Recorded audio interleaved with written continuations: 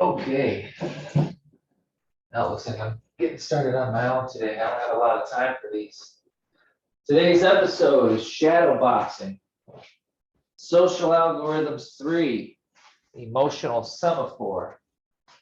That's a lot of words. So I'll explain what they mean here. That's what I always do at the beginning. Beginnings are hard, so you got to spend your time on them. So the first one is social algorithms 3. Well, that's the easiest one for me to explain, because I've already explained what social algorithms 1 and 2 are. So it's more of the same. This light's killing me. It is using perspective, using knowledge of the things that people pay attention to. That is a social algorithm. So that's that part of the definition. Hey, Patricia, you're just in time for definitions. So, social algorithms, we did that one. Emotional semaphore, that's a tricky one, but it's very specific when you know what those words mean. Emotional, well, we've covered emotions. That's pretty much your reaction to your reactions. Those are your emotions, how you feel about how you feel. They don't always agree, they give you bad advice, but that's your emotions. And then a semaphore, I think I'm pronouncing that correctly, that's a language of flag signals. They use it to help land planes. They use it when vision is possible, but sound is not. They use it to communicate telescopically at great distances. For that reason, you don't need to be able to hear for light to travel fast and far. So the flags, they mean things. That's semaphore. So I'm going to link that with the word emotional and say that emotional semaphore is a language of signals that people send off. That is a very clear language. If you know how to read it. Emotional semaphore is a language like anything else. So this is going to cover that, because that is critical when it comes to the art of shadow boxing, which is the third paired words for this lecture. So what I mean by shadow boxing is, if you remember all the way back to lecture number 3 or 2, it was mental self-defense.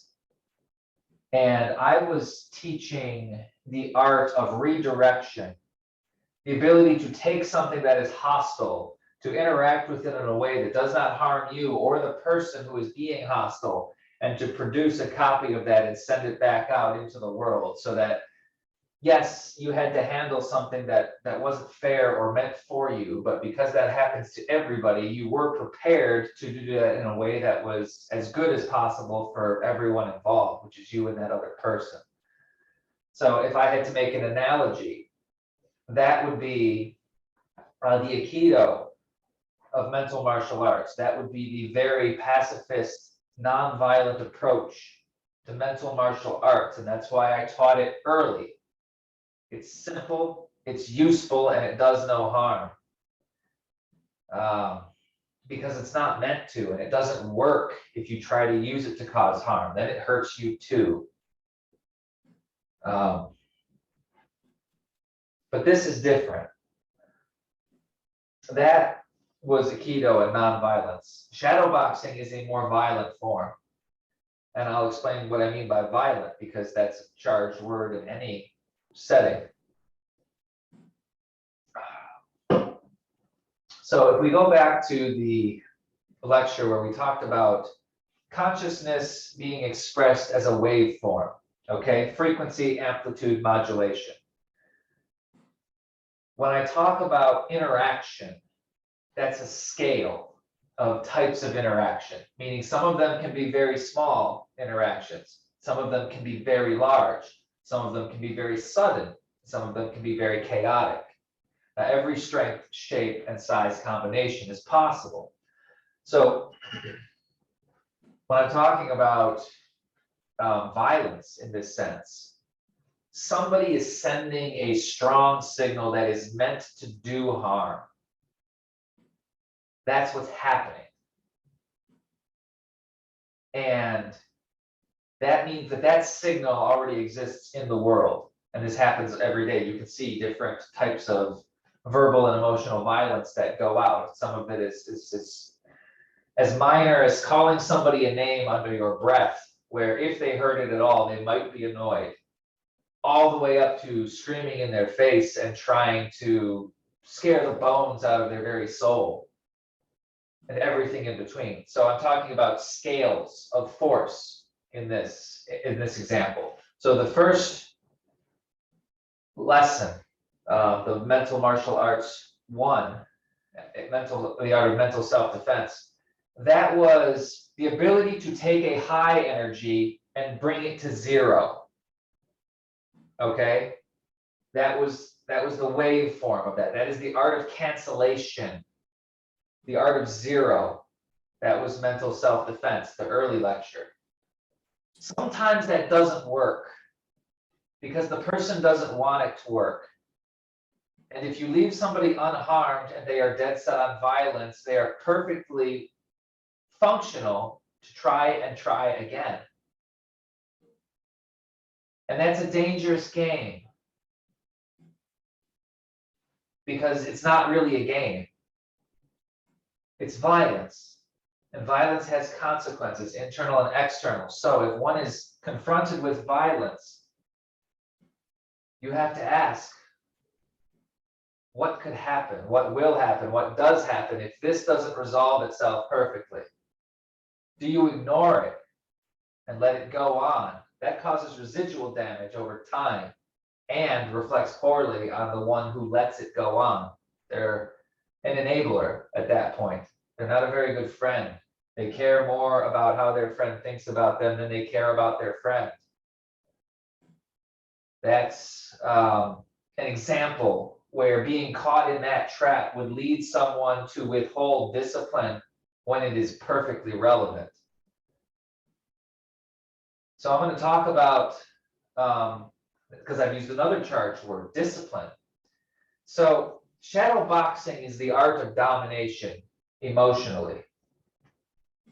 People do it all the time. And I call it shadow boxing because most of the time it's people's shadows who do this to each other, and the people don't know what's going on. So it happens naturally.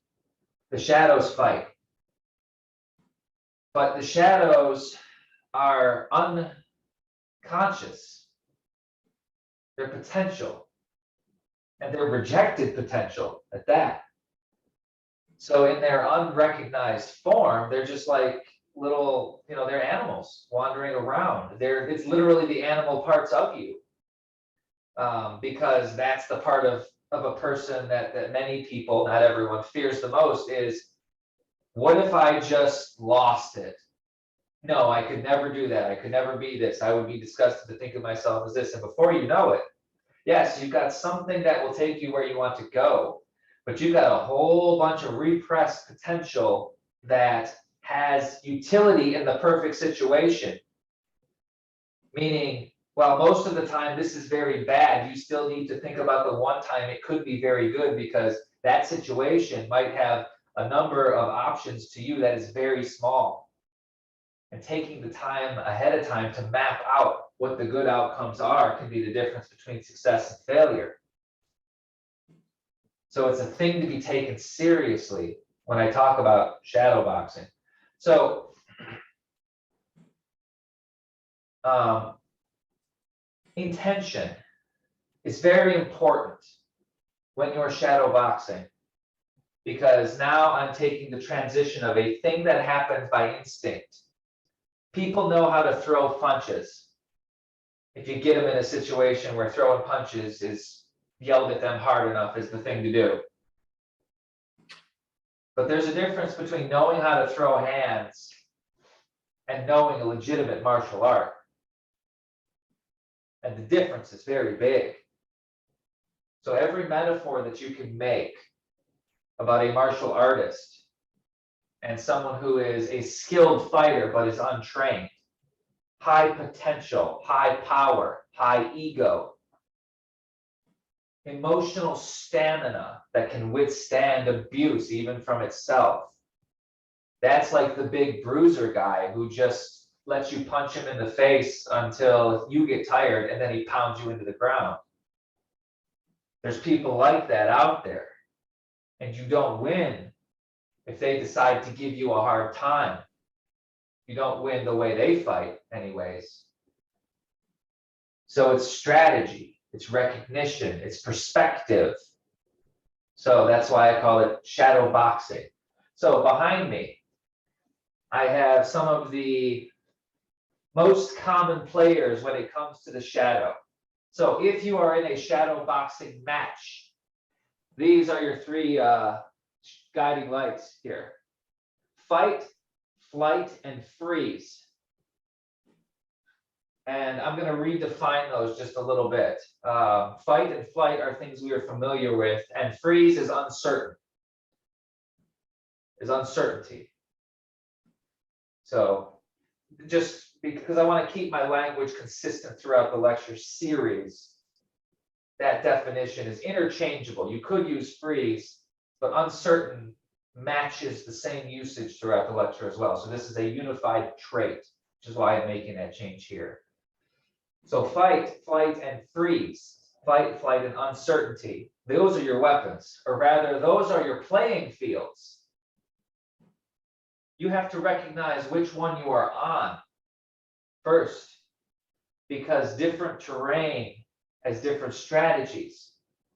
So the first thing you need to do is find out, is this person feeling vulnerable to the point of indecision and they're lashing out? That means they're uncertain. Maybe you don't need to hurt them. Maybe you just need to give them certainty while they lash out.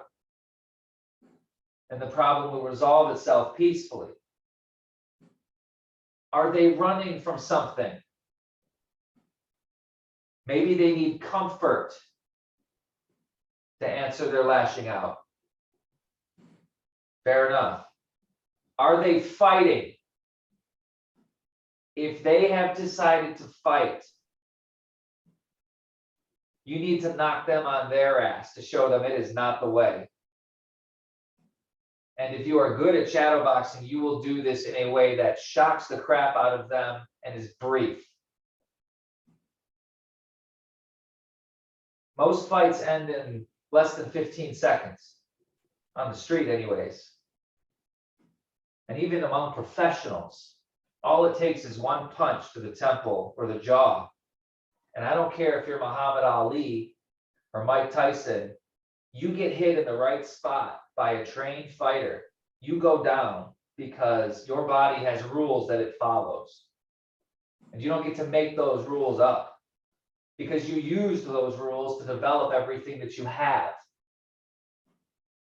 So it doesn't work that way. So fighting, running, and uncertainty are different languages. They have different landmarks. They have different meanings, some of which are shared universally across the species. Fight, flight, and uncertainty. These are the shortest circuits in the brain, which means they're first. Which means if you react to your own reactions, these are the first things to say anything to you. And if you always listen to your reactions without questioning them, they are what you will do every time, predictably. Which is what martial arts trains. What do you do if this happens? Here is the right defense. You have a straight punch. You want to deflect to the side. You have an uppercut. You want to sidestep. There's different counters to different moves. It becomes a dance. And the reason that there are different counters to different moves is the moves themselves are crafted from fear. And anything that is crafted by a human produces an equal and opposite response, which means in every form of shadow boxing, the way to win is to look for what is given to you by the opponent, because nothing you do matters. Not at first. Not until you know which field you are on. So I'm going to talk about the ethics of this. This was the only class that I put a homework assignment on before I let people participate. And there's going to be active participation today. Excuse me. So I'm going to try and get through this as quickly as I can, because I think actual practice in a controlled setting would show you what I mean. So first, the morality of these three states.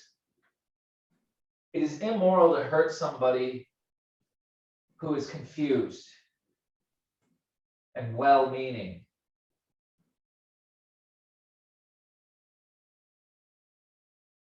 So if you are uncertain legitimately and you are scared and you're hurting everything, including yourself, it is not moral to bring pain on that person, because pain is what they're struggling with.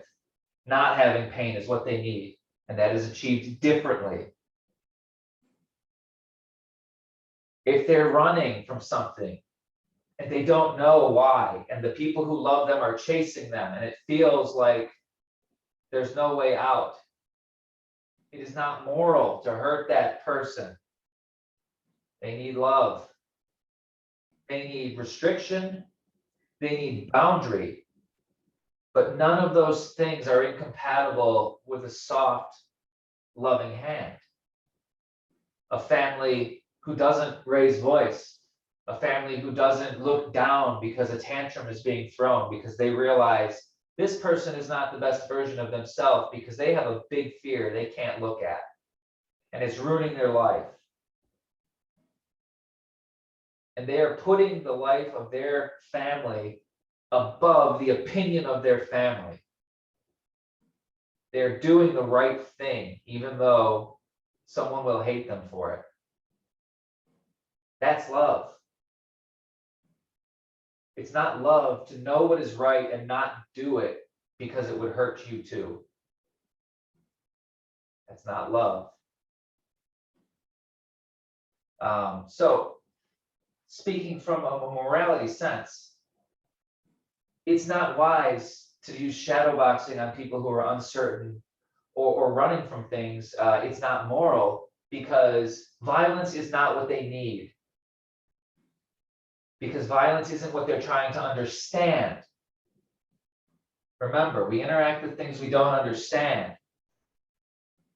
The person who is uncertain needs to interact with certainty. The person who is certain they need to get away needs to interact with what they are getting away from. The person who needs to fight needs to understand what it means to lose at their game, by their rules. Because that's when the desire for violence as a means to gain power ends. So all three of these are fear responses. Uncertainty is, I don't know what to do. Flight is, I don't know what to do except get away from that thing. Fight is, I don't know what to do and it's your fault. And if you're gone, I get what I need.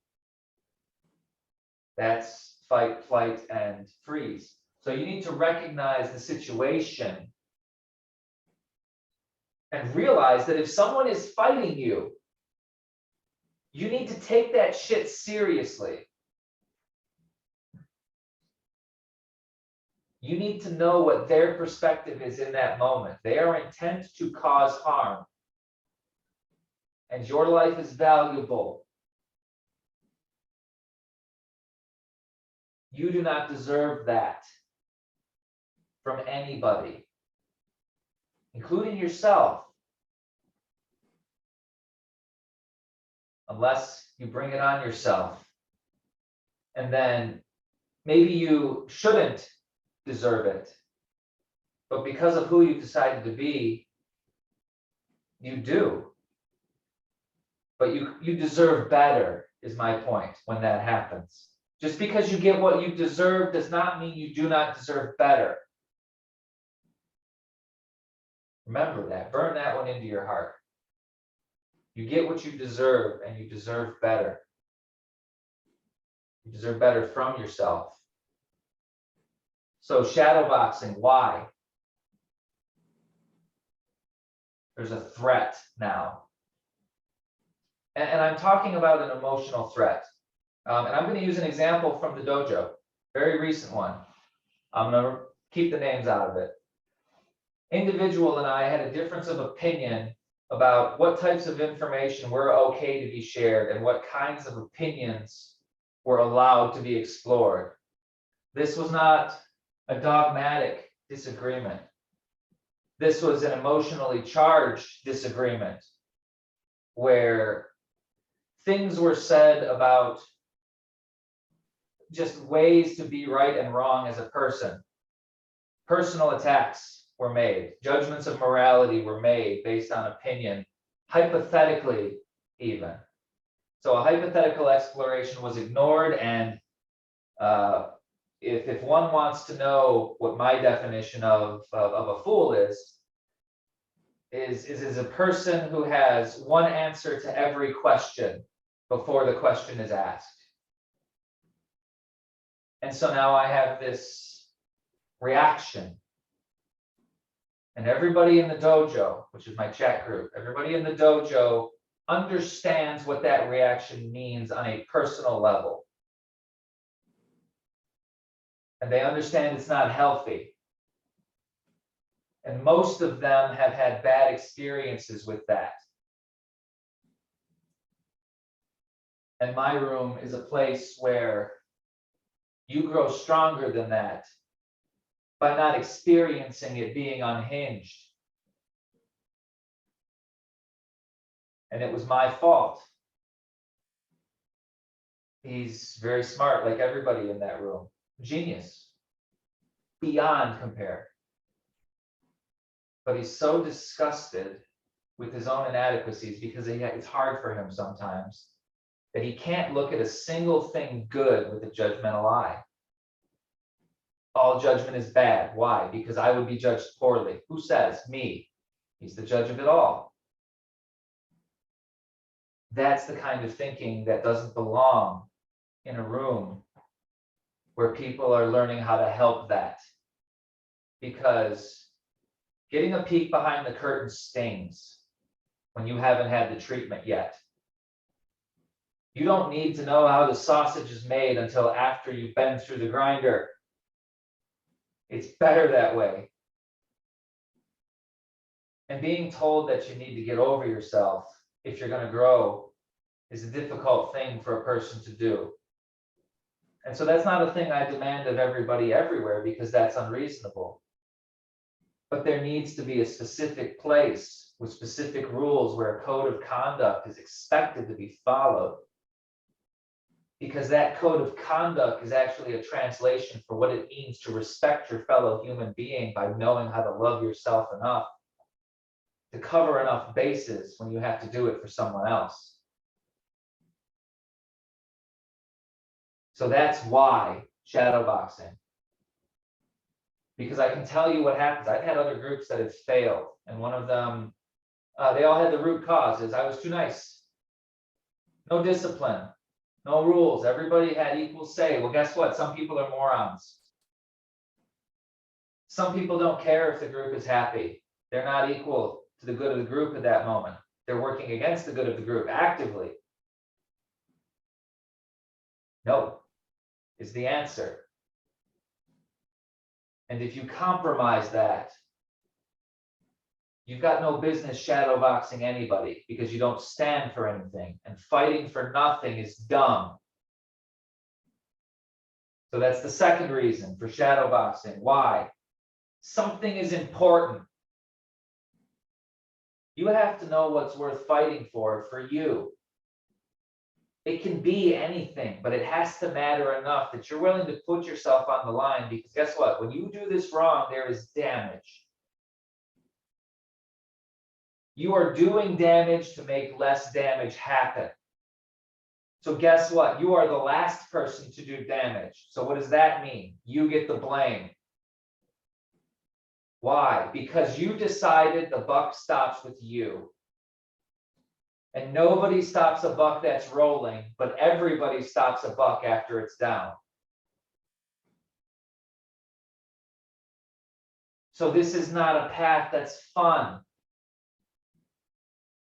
You don't go out and do this to have a good time with strangers, because you make enemies. And if you are going to make an enemy, it needs to be because you will not compromise on something you know is good to the core, because you've tested it. So that is the why. So if you don't care about a thing, don't fight about it. Otherwise, you'll pay the cost, because even if you do the right thing, there is still a cost. The benefit is you know how much worse it would have been.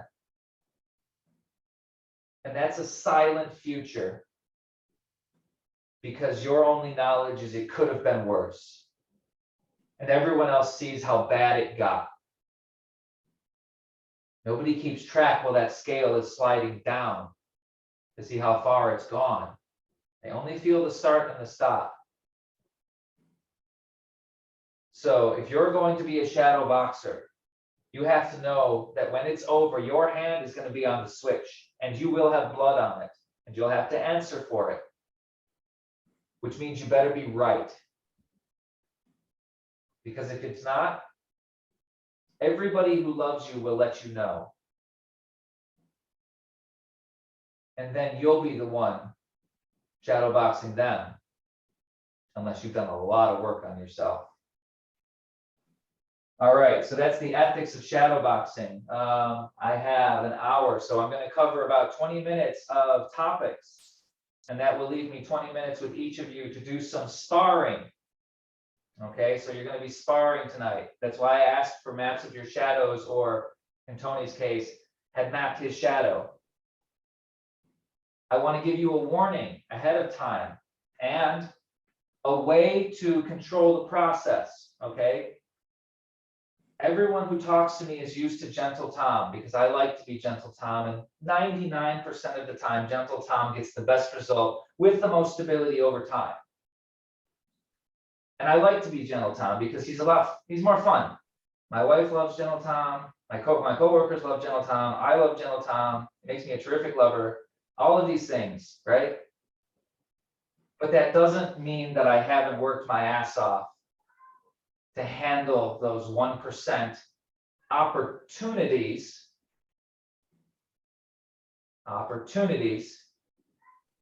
to show that you can handle yourself, and you can handle yourself well. Let me tell you something. If somebody attacks you socially, at work, in front of other people, and you run, you go down the social pecking order. Fair or not, you aren't as important as that person because you ran away. You're not getting that promotion. You go out picking fights, guess what? You're disagreeable. You're an asshole. You're not getting promoted either. But somebody attacks you publicly, and you're the victim, and you're right, and you put them in their place quietly, firmly, and with a great amount of fear, to the point that they weren't expecting such a sudden response because they're untrained and you're not. And you get them to back down publicly because they realize to go on would make it far worse. That's how you get promoted.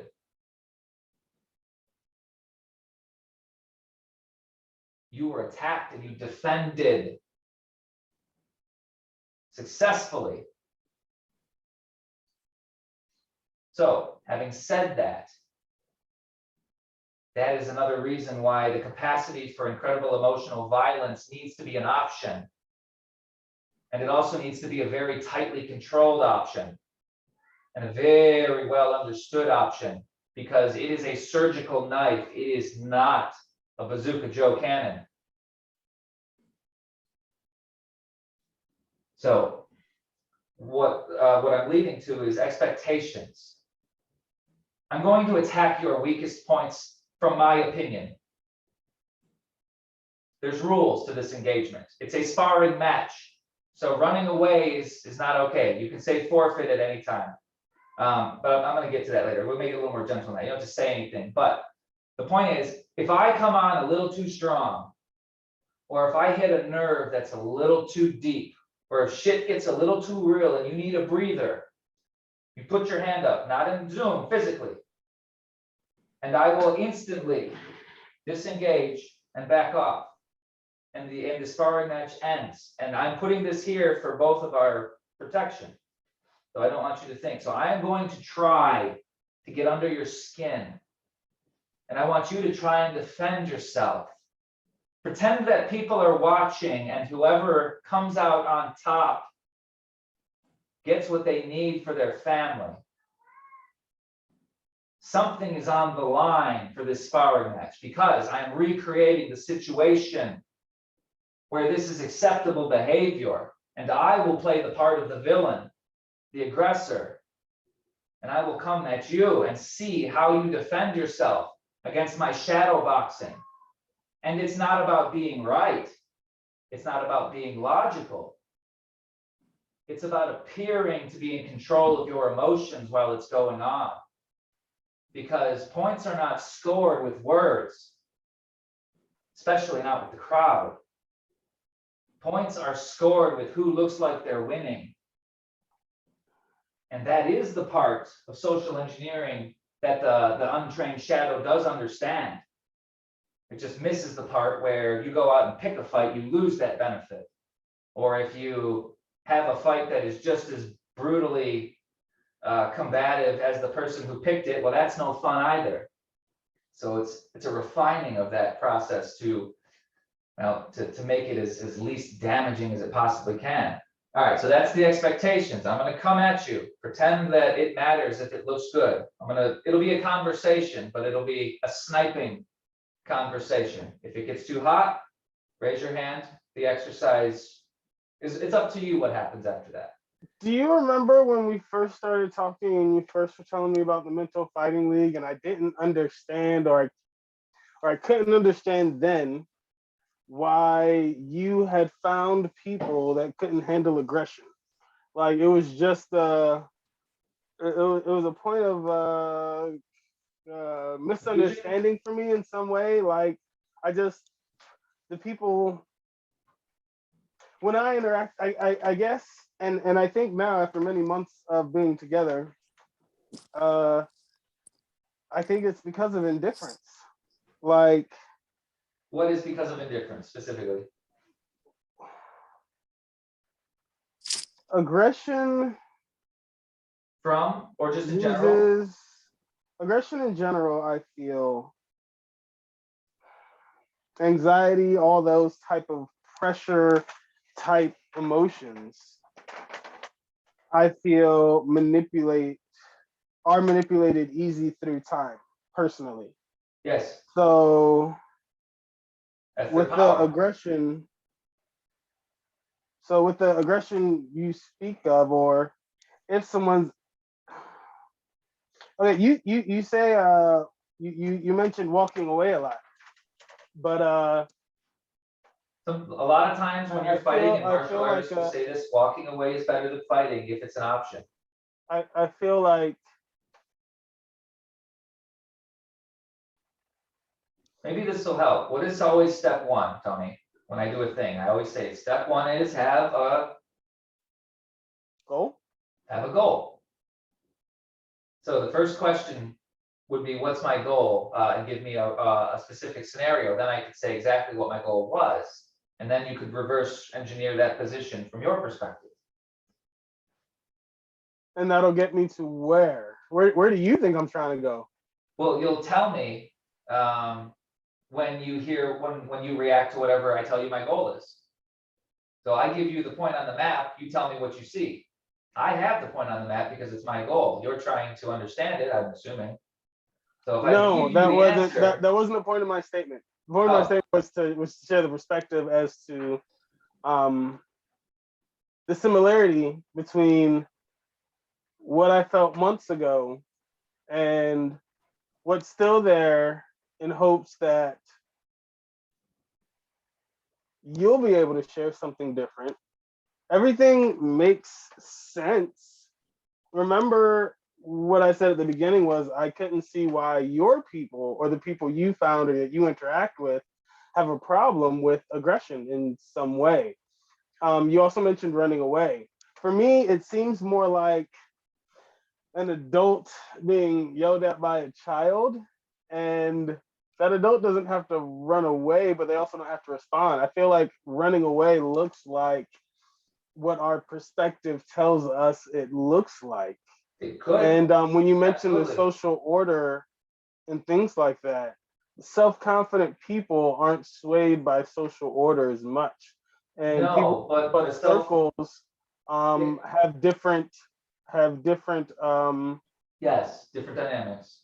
yeah. So with all that in mind, is not responding running away? I guess is a good question. If you would like a direct question, No, no, is it's a good question. Sometimes not responding to a person's aggression is being able to take a punch to the face. And if you can stand there, if you can stand your ground without reaction while someone berates you, but they end up berating themselves because you don't respond.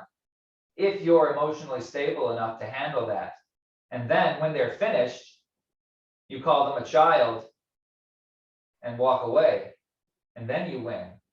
So there you don't leave, you leave them with their pile of tantrum, you identify it with a label and end the fight, and let the crowd decide who won.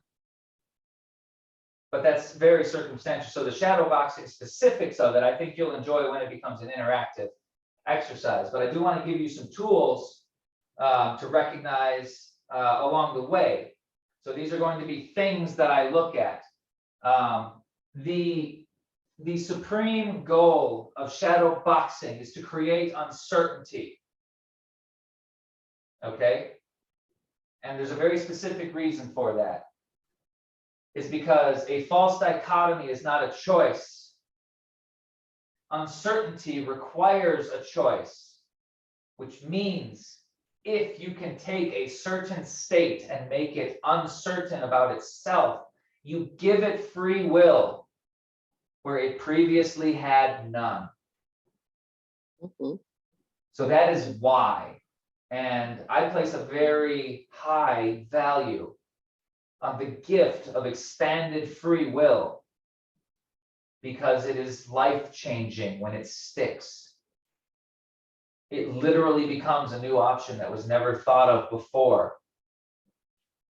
You can literally emotionally beat some sense into somebody if you know exactly what you're doing and how they're responding, fight, flight, and freeze. Because what you're really doing is not being a bastard by fighting them. You are switching between the languages that they are using in cycle by keeping track of where they're going. If they're fighting here, you need to speak in terms of fighting. If they're running here, you need to speak in terms of running. If they are frozen here, uncertain there, you need to speak in freezing in uncertain terms. So that is what this means. It's a situational awareness. So the goal is uncertainty. And you really just have to get uncertainty at one point. So it's almost like a game of I'm rubber, you're glue. So this game works best if you don't have to go first. So remember that order matters. If you go first, you are at a disadvantage. Number one, because you appear the aggressor. And number two, because anybody who is a good shadow boxer, anybody who's a good shadow boxer will tell you it is not the punch that wins the fight, it is the counter punch that brings the bell.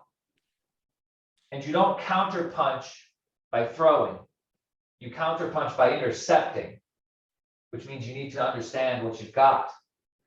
So there's different ways of doing it. Most of them, the most common players are validation, looking important to other people needing to be involved in making you important. Watch for that. It's commonly left wide open, and I'll teach you how to spot it. Being measured. Smart people hate that one. Being measured. It feels like being pinned down, put in a box, made ordinary. So a discussed sensitivity to being measured, which is a discussed sensitivity to being seen, which means that person is hiding, which means there's fear. Good. Fear is good in a fight when you can make your opponent have it. Uncertainty comes from fear, which is why understanding fear inside yourself through a deep and meditative exploration of the fear state will, over time, reduce the amount of uncertainty that you have and give you the ability to remove or to cause that same uncertainty in others. This is a healing tool and a fighting tool, and I've talked about how to use these tools to heal in every other lecture.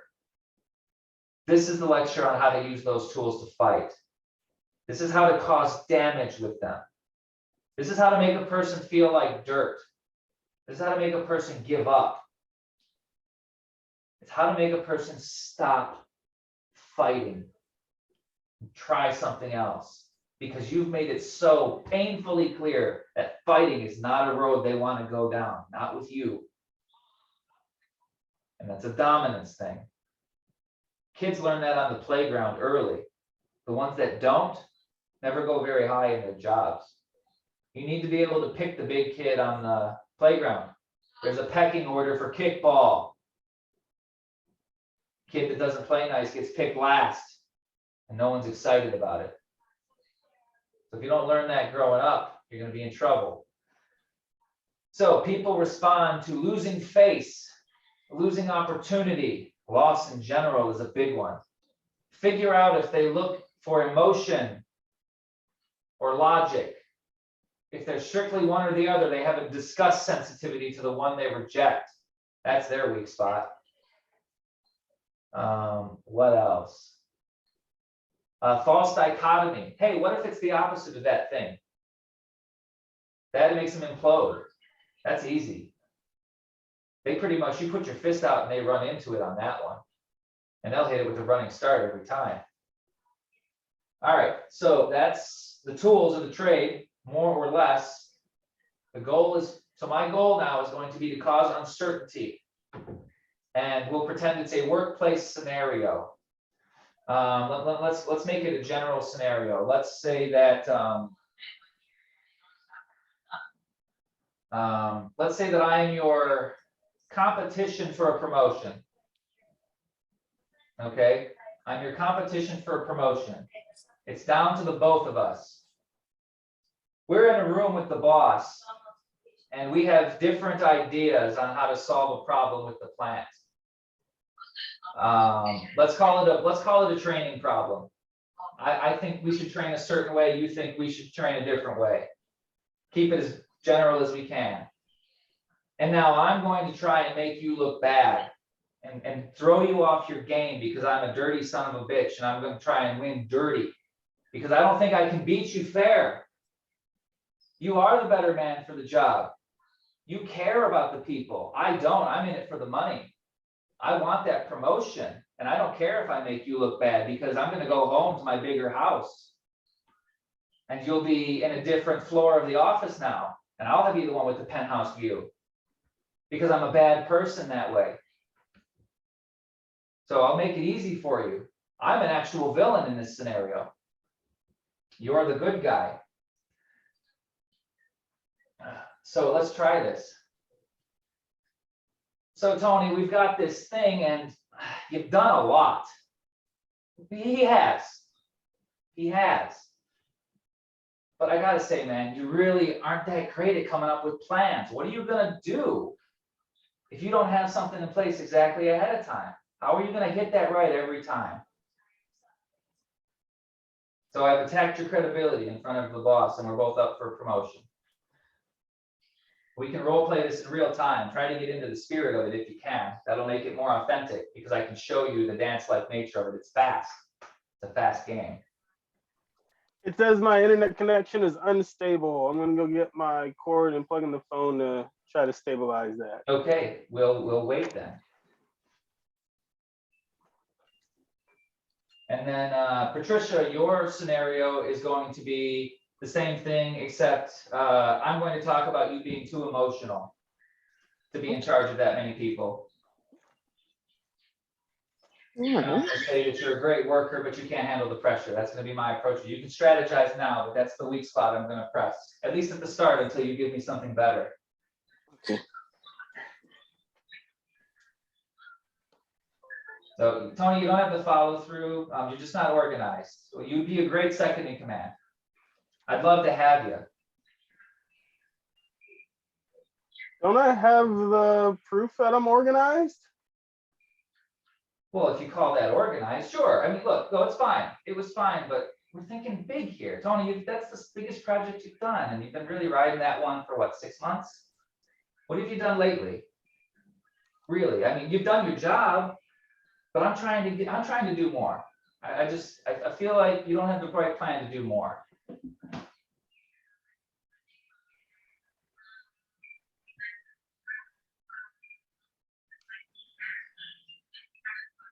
So pause. I've got to get into the power dynamic. Yeah, like this is your family, Because dude. Like you're not in the headspace yet. So Like there's a big financial loss if you don't get this. So it'll help get into the headspace and help me get more of what you want. To Sure. change the scenario some, because I think putting myself in the hypothetical scenarios won't really get you what you. If you want to pick a different hypothetical scenario, we can. So I just looked at us being two DJs trying to fight for a client, but I could get into that. But part of the problem with that is that I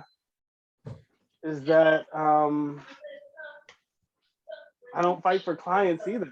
Like, so if you don't fight at all, then this exercise is over before it begins. You're defenseless because I could just get you to run away. and that's why I asked, is running away the same thing as not responding? It 'Cause I feel depends on like if the outcome is bad and if you have no other option.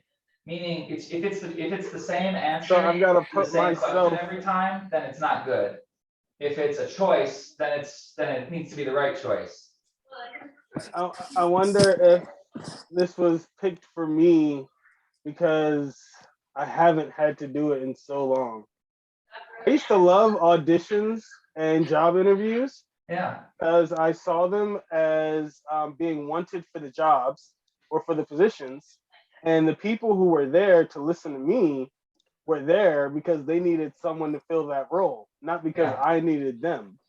So I've never allowed myself to really feel like I was in competition with others. Because if someone was better than me for something, I've always encouraged them to do it because I've always got a million other options.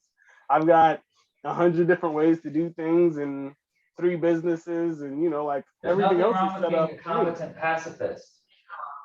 So the question is, if you're more organized than, so the reason I can't get into your scenario that you gave was because if you're more We can do this organized one. than me or better for it than me, then it's like, sure. Well, I told you that I'm actually worse for it. I'm lying to these people. I'm telling a better story than you in front of them. And I think if they can't see it, they deserve to have to deal with you. I've let that happen before. Your family be damned. I thought I painted that as well. There was a real outcome on this. You are a principled man. I consider that a failure on my part to not improve. Like, I've never looked at He's playing dirty. look at the opportunities Yeah. as I don't look at the opportunities or losses as in control. I'm in control. Like, I'm always in control. There's always another way. There's always another option, and Yeah. so for me, like I said, I tried to move the analogy a little bit in my mind to 2 DJs fighting for clients, but then I don't fight for clients either. Well, what's like the last fight you did have? Fight. about anything. Yeah. What's the last time you had an actual fight with somebody where you kind of got your blood burning a little bit? Whatever it was about. Mary Kate didn't want me to spank the kids tonight. What was that again? My wife didn't want me to spank the kids tonight. She thought they'd go to sleep better without being spanked. So is this like a nightly occurrence, or is it a? I'm just trying to understand the process. I'm trying to understand both sides here. It's a nightly occurrence. Oh, she's against No, this is the schedule Right. first. We can do the moral stance second. It's not a Schedule nightly thing. constant. It's not a nightly thing. I'd say probably one night a week. Like, is it behavior dependent? Yeah. I mean, it depends on where we are as well. You don't normally I take care of everything in the house. That includes putting them to sleep. But when I get to the point where I think physical discipline is in order, then I usually tell her, well, you've got a problem to deal with now. Or I ask her for permission first, which she usually doesn't like because she doesn't want to take any responsibility for that kind of discipline. Even though she doesn't, like she'll. So why don't we do that? Why do you always ask me to be the bad guy? You're the one that thinks that you get spanked. You I care about this. don't. I don't. I think it's wrong. That's Go right. ahead and do it if you want. Well, I want to, and I do, if that's the case. Well, fine. Don't expect me to be happy about it. I think it's bad. I don't like you I hitting my absolutely kids. don't. I absolutely don't. You sure do. Why do you fight me on it all the time? Because you get mad about it. So I want to warn you about it so that when you're mad, you Well, know no, why. I want you to not do it. I don't want you to tell me you're going to do it. You're just making me more angry. Yeah, so? What it was just so, that's it, bro. You just lost, bro. Nope, not so. Not so. How So? see what I mean by indifference isn't an option? Like, I don't I'm understand saying why that's it's an relevant. option. So is stabbing yourself. It's not a But good I don't- option. You can go and take a toaster and put it in the bathtub right now, and that's an option. It depends what your goal is, though. If your goal is a happy wife, I guess that's that not a good approach. it's not the goal. Exactly The goal what is you kids. want. That's a great No, it's approach. not. The goal is kids. The goal is the kids. The goal is kids. So you genuinely believe that you're the heroic disciplinarian monster, and when she we is fight, she's the absolutely. overly bleeding heart voice of reason. And you can raise your hand at any time, Tony. This is shadow boxing now. Me and all my family believe that. Well, just because you believe it doesn't mean it's right. What if every one of you's been screwed up in the head? You're not normal. What if these kids want to be normal? They might not be as special as you. That's not an option for them. That was weak. That was weak on my part.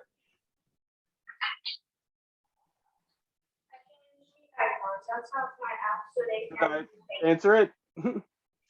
So I guess the thing is, when that exchange began, what was your goal overall, like overarching, specifically between you and the wife? What was the total summation of the goal? How extensive was the goal?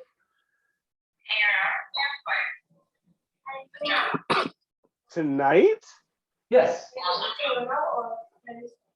When you began the exchange, what was the outcome you were shooting for? I don't shoot for outcomes anymore. The outcome I was shooting for was communication. With who? My wife. What kind? Informational. Expositionary. Sure. You know what I mean by that? You sound equivocal. Well, Meaning, here's what I'm doing. Was this what I like to do and I want to talk about it, or is here's what I'm doing / already did? I don't have a problem with letting you define it another way. Well, no, I'm asking for the chronological order of things, and you only have access to that. Oh, okay. Chronological order. Was this you had done the thing and said, here's what I did, or I'm doing the thing done? Or was this I'm doing the thing unless we have a talk about it and you convince me otherwise? Was there an option for the conversation to end differently when you began it? Sure. It was a question of I forgot it was would you like me to hit them or can I? I think I said can I hit them? Okay. And then the response? I don't think that they'll go to sleep better. And then I said, okay, and I logged on here. That was the extent of the fight? I asked you the last time you got in a fight. Yeah. That's okay. Wow, that was heated, bro. All right, we're gonna get back to you. If that was a fight. We're gonna take the oven mitts off for Patricia because I think she's got a bit more of a strong chin and would feel a punch a little differently than. Hey, would it be okay if we did this? Okay, we're good. Okay. So No yeah, shadow that's boxing, right. Tony. I'm just taking pot shots now at your manhood, but you're handling by a champ. I'm hitting a lot of targets, and most of them you don't respond to. So your shadow has a strong chin most of the time. Oh, we lost Patricia. I guess I win by default. Default, default, default. I'm Actually, gonna say bad internet timing. She'll be back soon. I actually wanted to go through that because I think hers will be a little bit more. You're at the weird end of the spectrum when it comes to this, Tony. So this, from an interior perspective, it would match my predictions of you if most of this was complete nonsense as to the why or the motivation. That would be a comparative prediction as to why would you need to fight like this when it's never worth getting upset. But that's the assumption. We're challenging the when is it worth to get upset part of it, not the how do you do this effectively. So that's kind of, this is the how you do it effectively part. The when to learn how to do it effectively is a different class. So you think you have to get upset, or that getting upset? I'm Oh, saying sometimes we it's can the right always answer, fight. whether you want it to be or not. We can always fight against the government. I'm going to keep my broader definition, but sure. Sometimes it is the right answer when nothing I just mean else that is. might be. I just mean that might be a good argument for you. I don't know if it'll get me upset, but it's at least something that I have, clear views about that you could possibly attack. Oh, well, I need to know which one of them you care about the most. I'll take the opposite stance. Give me a thing that you get mad when people say isn't. Really? Oh, Interest. Confederate flag. Oh, they lost. That's not a big deal. You don't Systemic. care. They have a flag. It's fine. You're fine. Put whatever you want on your wall. You can be a racist guy, but you know what? It's a piece of cloth. I'm going to live my life, kind of thing. Yeah. Okay. Systemic that one's not good. oppression. Let's try something else. Yeah, I've got friends with those tattoos. You pick one. That was a bad one for me. I didn't guess right. So what about systemic oppression? What kind? Hey, we can do against women since Roe v. Wade is, overturning. I would say Abortion and systemic healthcare. oppression. Well, neither one of those has me specifically in the central wheelhouse. If I were going to play an effective devil's advocate, I could probably do a better job against systemic oppression, since normally the white dude is pigeonholed as to that villain role anyways, as opposed to an advocate for something that has to deal with women stuff. Just from a matter of being qualified. Now, can I do the impression? You hum a few bars, I can fake it. But I think I'll be more on tune with the first than I would with the second. I'm okay with the first two. All right, so we've got about 2 or 3 minutes. We'll try it. What do you say? Something you believe, and I'll attack it. Black people are 4 times more likely to be killed by police. And let's put some stakes on this, because I want to create a situation where this is morally appropriate. Remember, this isn't a debate. The rules is it's a sparring match. We're fighting because it's serious. We're not fighting because it's fun. Because fighting because it's fun is not morally a good way to attack, to hurt somebody. So I want to remember that this has to be serious to you for the exercise to bear fruit. So I hope you care about this enough to get upset and pretend like your performance in this conversation from an optics perspective, as well as a content one, has an actual ability to determine the outcome for good or bad. So there are stakes riding on this. It needs to be important or it doesn't work. Then let's switch it to the status I just posted today. Straight guys can do gay porn. Okay, what side do you want to take? The affirmative. It was my statement. That's what I Okay, believe. so I will argue that straight And men, it is important to me. so I will argue that straight men can't do porn and be straight men, and we'll go from there. So what are the stakes? Straight men are not allowed to do gay porn if you lose the conversation. It's a bill, okay? Got it. So and it's a court of public opinion that could be swayed by big dick energy more than facts and figures. Do you know what I mean? You are the most competent person in the room. You look like you're owning things. That is what shadowboxing is. It's looking like you're in charge and the other person is dancing to the tune of your drum. They're always on the back foot. They look ill-prepared and defensive, possibly angry and unstable. You are the calmest one in the room, and therefore the center of attention and the one who comes out on top. I feel like that's all about the third person perspective. Why isn't Well, it based I'm on giving the you the rules first? of the perspective. Okay. So the court of public opinion is a stupid place to be judged. However, it is a common place to be judged, and you need to learn to play by their rules. And these are their rules. I feel like If you I've look like learned. you're winning, you're winning. I feel like I've learned to own the court. Yes, exactly. So this, you have to recognize your court and your home field advantage and who your crowd is that is cheering. And that is the audience you play to, not the little voice in your body that says, "No, you're wrong. I need to attack this because it makes me mad." That little kid gets his ass kicked every time, mostly by the person who's using it. It's a self-defeating ass kicking. So, Straight guys can do gay porn. well, not if they're straight. I mean, they can do gay, guys can do gay porn. I'm just saying that if I have a dick inside me and I'm a guy, then at least then I'm gay. So no, that's not how it works. What's the matter with you? Why are you making that assumption about me? It's a fact about everybody, about Well, sure, it's sexuality. physically possible, but you're talking about a sexual orientation, not a choice that someone's making. You can make a choice about being in that kind of porn, but if you have a dick in your ass and you're a man, that's almost the definition of, like, it's called gay butt sex. That's a phrase. I didn't come up with that. But let me ask you, how many dicks in a mouth over a period of time before a person turns gay? Is it like a number?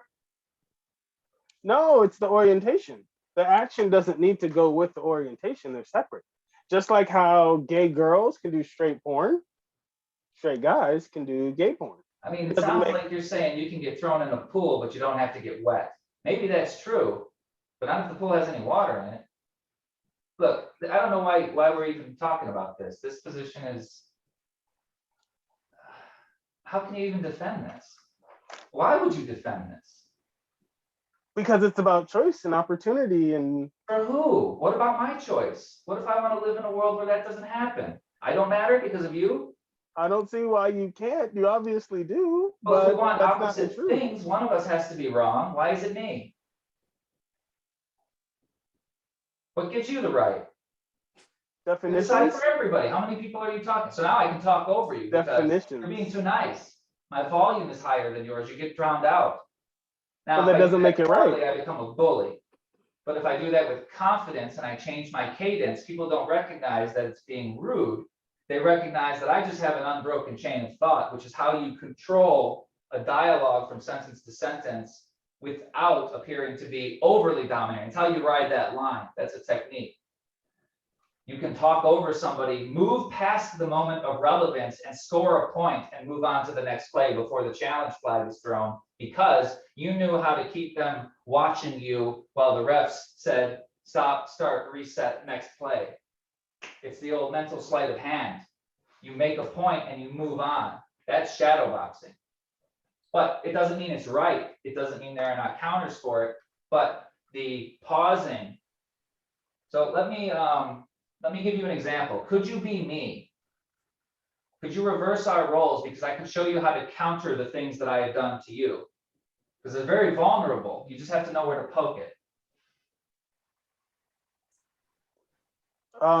So switch roles. Straight guys can't do gay porn.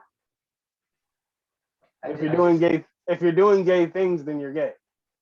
Well, I can understand that. Really can. But a lot of people, they don't have that choice that you're talking about. So I don't know that you can really speak from a position of moral superiority right there. People make choices for the people they love that they might not agree with. And I need that to be an option because sometimes it's the only thing a person has. Why would you take that away from them? That doesn't change the definition. That's an emotional appeal that is not really going to change the word choice or the definition of sexual orientations. If you do gay things, you're gay, even if you do gay things for your family. That's why it's called gay for pay. Well, why? How is yours not an emotional appeal? You're just having, because that's what the words mean. No, that's what the words mean.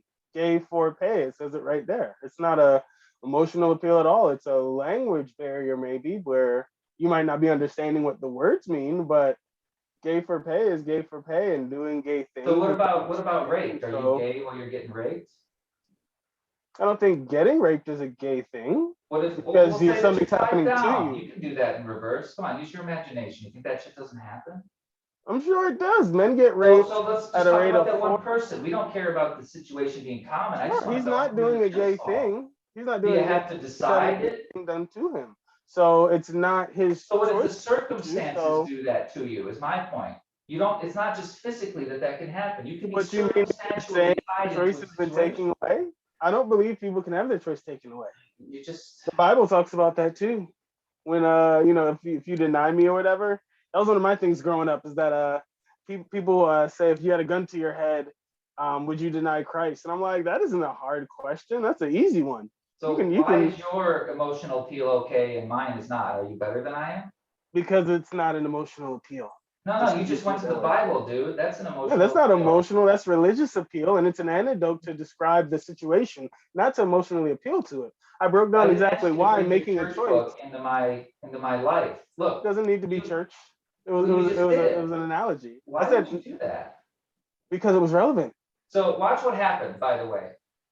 You just got dragged into the mud. You didn't want me to be? I didn't know I wasn't supposed to be. No, I'm just telling you what happened. Oh, okay. Yeah. What I did was, I got you drawn into, it was a trap of a red herring. Okay, it's a distraction. I didn't care about the religion. I didn't care about the morality. You talked about morality. I just parroted that back to you as the opposite of what you said, and then let you chase me like this while you looked like you were giving me a hard time and I was trying to defend the little guy. So I chose a morally questionable ground for you to advance on and goaded you into advancing on it, even though it made you appear to be gaining ground in the court of public opinion. I'm just trying to stick up for the little guy, and I'm letting you do a slightly better job than I am. So I'm being the underdog. But that's shadowboxing. We can do more of this another time, but I want to give Patricia a turn. So, Patricia, are you ready? I am. Can we do we need to do a different scenario than you're trying to get a promotion and I'm your competition and I'm going to attack you for being emotionally unstable? Or is that a good scenario for you to get your mind wrapped around? No, actually, it's not. It is not. But I don't know what would be a good one either. So we could try it. I am We'll always try it. open to try. I only ask that you Mm. pretend that you are trying to get a promotion. Mhm. So however, that means whatever you need to present yourself as is going to be your goal. And my job is to make you present yourself in a way that is not as good as the way I can make myself look by getting you to present yourself that way. That's the social exercise. So we're both up for the same promotion. This matters to you.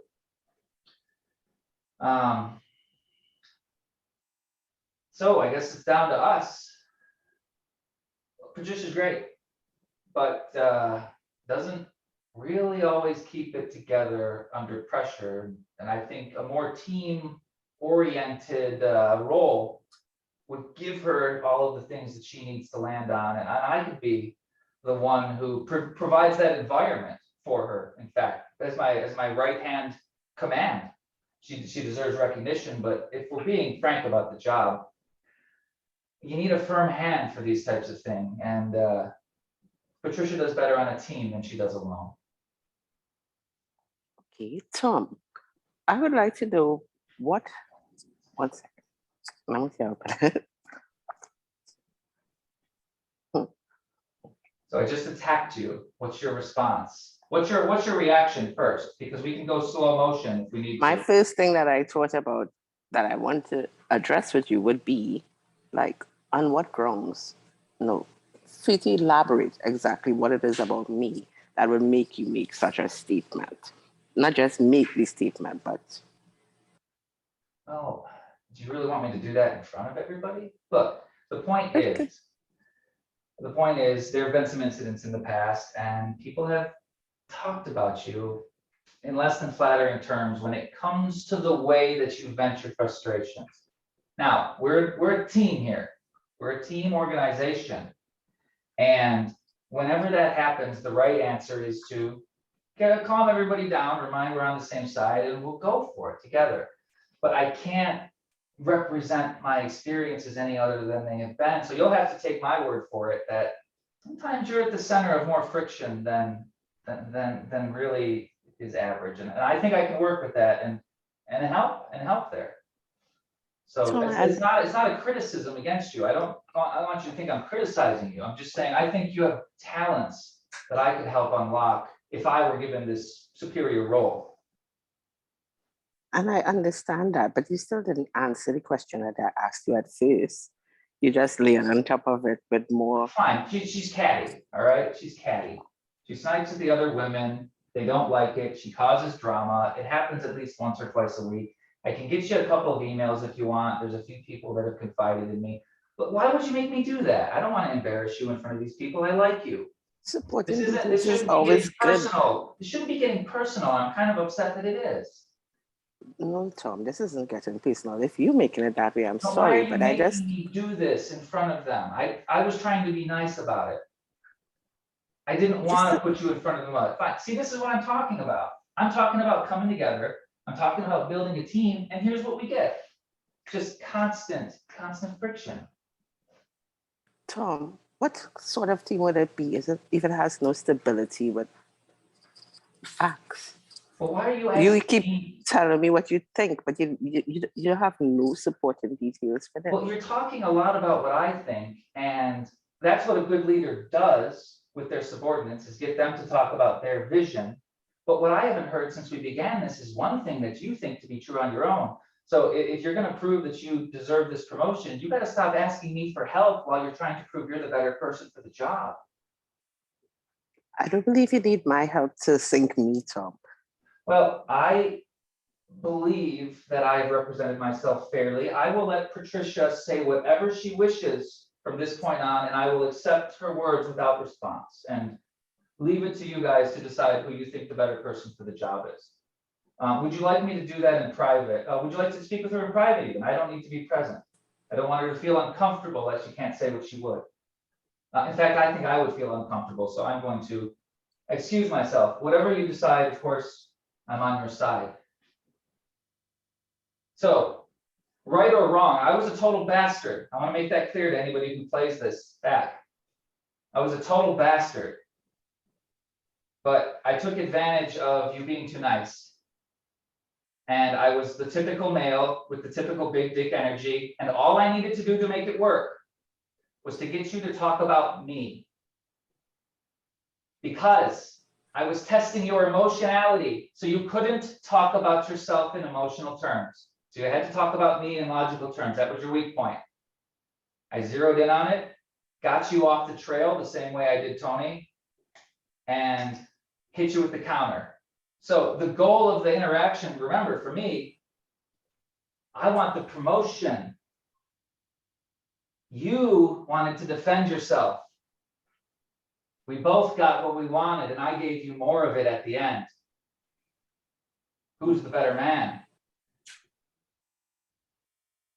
So that's the exercise. So the point is, when somebody does that to you, you need to know how to hold back. And you need to know where to press and use the thing that they're challenging. You're too emotional. No, you don't understand emotion. Let me tell you. First of all, I'm not mad at you. I understand there's a lot of energy that you have and you're very effective, but you're headstrong and you got to listen sometimes and you struggle with that. That's how you do that.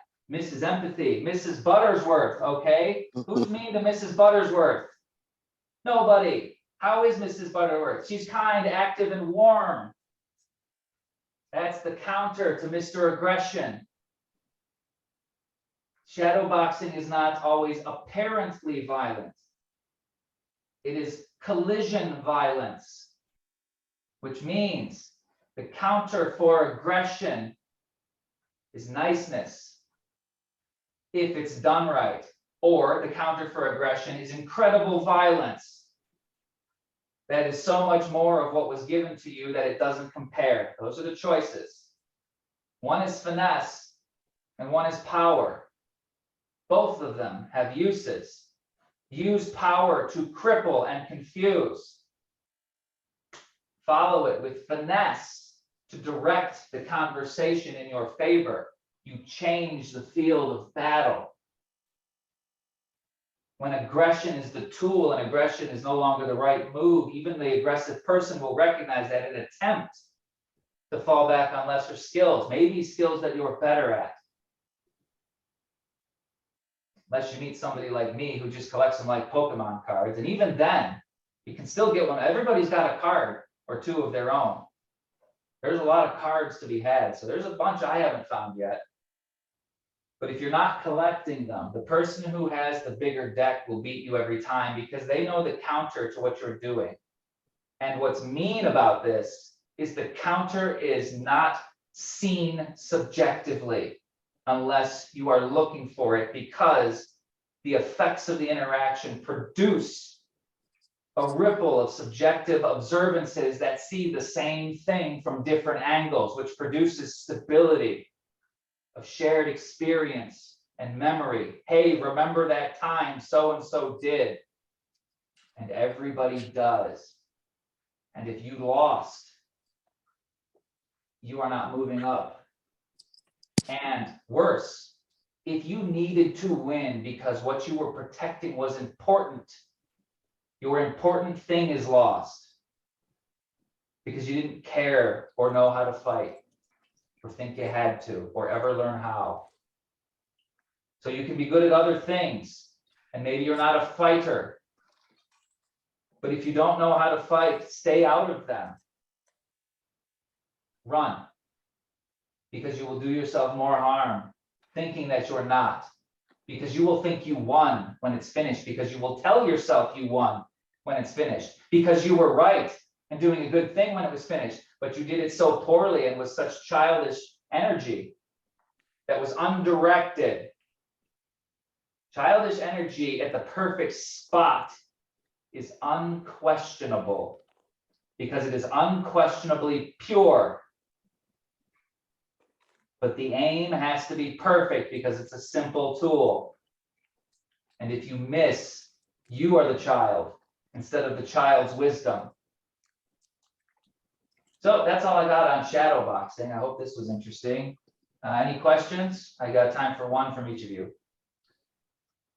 When we will do it again? What's that? When we will do it again? This time I will let it be even fit. All right. So we can do something like this again. I can come up with like an actual protocol where I'll do canned scenarios where there is a goal and a skill being taught.